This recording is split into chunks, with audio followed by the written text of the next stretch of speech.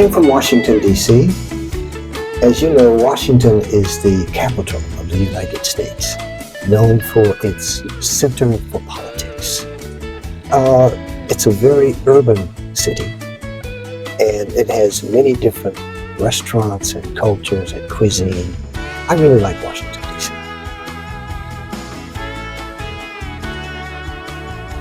I have been in Japan since January 2013, 11 years now. And interestingly, I came here because my son has been here for 30 years. I followed my son. My son teaches, consults. In fact, 15 years ago, he used to teach at English Village. I like going to museums. I like traveling. I like going to restaurants. And I like watching NBA basketball. That is really my passion. Watching on YouTube and also American football.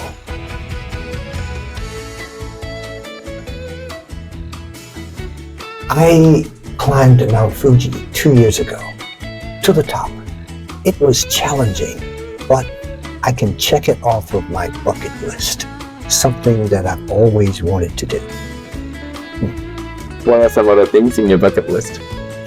I want to go to Istanbul and maybe Niagara Falls, maybe go on a rope slide, and also bungee jumping, maybe in Tsukuba. Yeah, I like watching people grow. From the beginning of lessons, if indeed I'm working with students over a period of time, I like seeing their growth and also their passion for learning.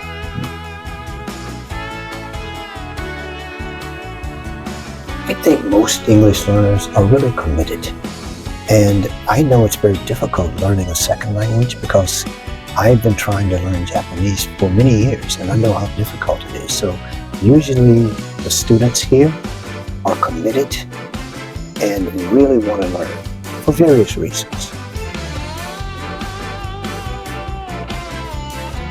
Well, that depends on the student. However, it could be basic conversational documents, it could be business documents, but for me, I like current events and politics and domestic, international, so I like Japan Times, Japan News, YouTube, ChatGPT, so I use a variety of tools and methods.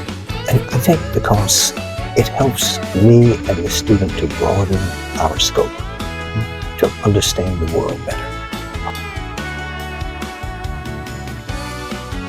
I think learners who, number one, would like to travel abroad for their company, who are trying to improve their TOEFL, TOEIC, IELTS, and ACHING test scores, as well as those who want to understand presentations and also who want to understand business English.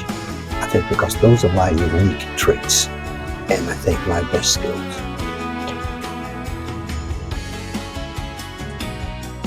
I think the most important thing to keep in mind is not to focus on me. It's the student. Make sure that every student has an opportunity to speak and to express their opinion because that's why they're here, to speak.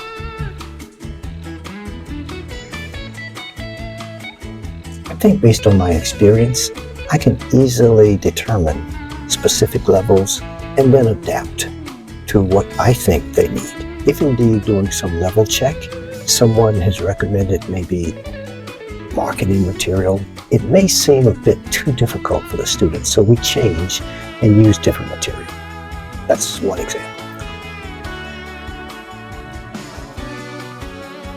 And as a matter of fact, it's very interesting. In one of my last lessons, my student gave me his TOEIC score. I remember we started practicing about a year ago, and he had a target of 850. And he showed me in the last lecture by line, Lloyd, look, I made it. So it was beneficial for him, and also it made me happy. Actually, we had a textbook, and each lesson we would go over certain modules. TOEIC is divided into 7 different steps. So we would use listening and reading. Steps 1, 2, 3, 4, 5, 6, 7. We would practice every lesson. Anyone who really wants to study English, I would have a message to say. First of all, be serious. Commit to studying, not only in school and with teachers, but also use outside sources to make sure that you can practice, especially your listening, and find opportunities to speak. Stay committed.